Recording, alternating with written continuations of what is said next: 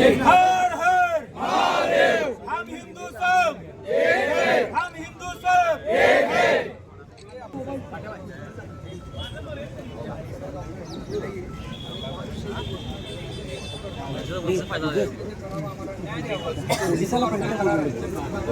इकडे पुढे पुढे ते बोलणार नाही इथे थांबा काय बूम लागला फाईट्स आहे ते पोलिसांनी करत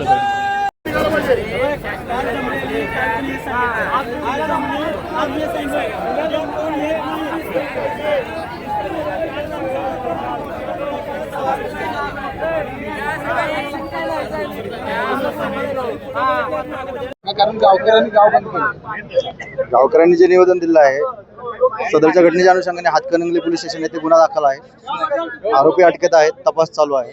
त्या संदर्भाने वरिष्ठ अधिकारी सदर गुन्ह्यावर नियंत्रण ठेवून आहेत।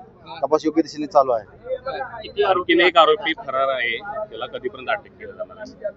तपास हातकणंगले पोलिसांना चालू असल्याने तपास त्यांच्याकडे आहे, ते प्रयत्न करतात, आम्ही त्यांना मदत करतोय। जे काय सर्व मिळून जिल्हा प्रशासन त्यात हिरिरीने तपास करत आहे। आता गावकऱ्यांनी काय आपल्या समोर मागणी केलेली आहे ते सांगा। आरोपींना कठोरात कठोर शासन व्हावं ही त्यांची मागणी आहे आणि जे काही याला मदत करतात त्यांनाही यात शासन व्हावं अशा त्यांच्या मागण्या आहेत। सदर मागणीच्या अनुषंगाने त्यांनी निषेध व्यक्त करण्यासाठी निषेध सभा लावली। सर हिंदीमध्ये क्या कहना आहे, नेमकी काय माहिती आहे आणि पोलीस कशा प्रकारची कारवाई करतात आणि तुमची भूमिका काय आहे? नक्कीच ही जी घटना आहे अत्यंत निर्दयी आहे, म्हणजे अत्यंत चुकीची आहे। या संदर्भामध्ये पोलीस प्रशासन योग्य ते कारवाई करते, पण या ठिकाणी गावामध्ये जे गाव बंद केलेलं आहे नक्कीच सर्वच लोकांची भूमिका इतकी मतं तीव्र आहेत की अशा घटना घडू नयेत यासाठी सरकारनं कायदासुद्धा पारित केला आहे। त्यानंतर सुद्धा ही मंडळी आपण सर्वश्रेष्ठ असं समजून वागतायत। कुठंतरी या सगळ्या घटना बंद व्हाव्यात, या घटनेला कुठेतरी चाप बसावा या दृष्टिकोनातून आज सगळेच शिरले गावकरी किंवा आजूबाजूच्या पंचक्रोशीतील सर्वच लोक याचा निषेध करण्यासाठी या ठिकाणी आलेले आहेत। आज मला या ठिकाणी सांगायचं आहे प्रशासनाला की याच्यामध्ये जो अंत आहे, जे शेवट आहेत, अशा वृत्तीला जे साथ देतात ज्यांच्यावर कठोर कारवाई व्हावी या भूमिकेसाठी सुद्धा मी या ठिकाणी आलेलो आहे।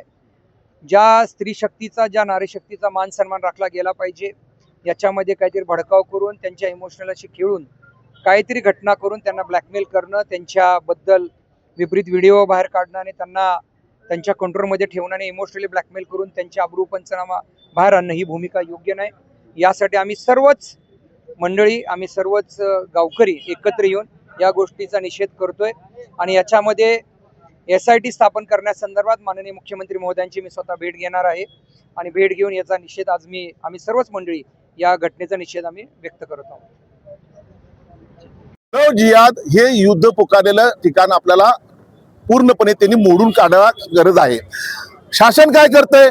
हिंदुत्ववादी सरकार आहे म्हणतंय, परंतु निर्णय होत नाहीत, कायद्याची अंमलबजावणी होत नाही आहे।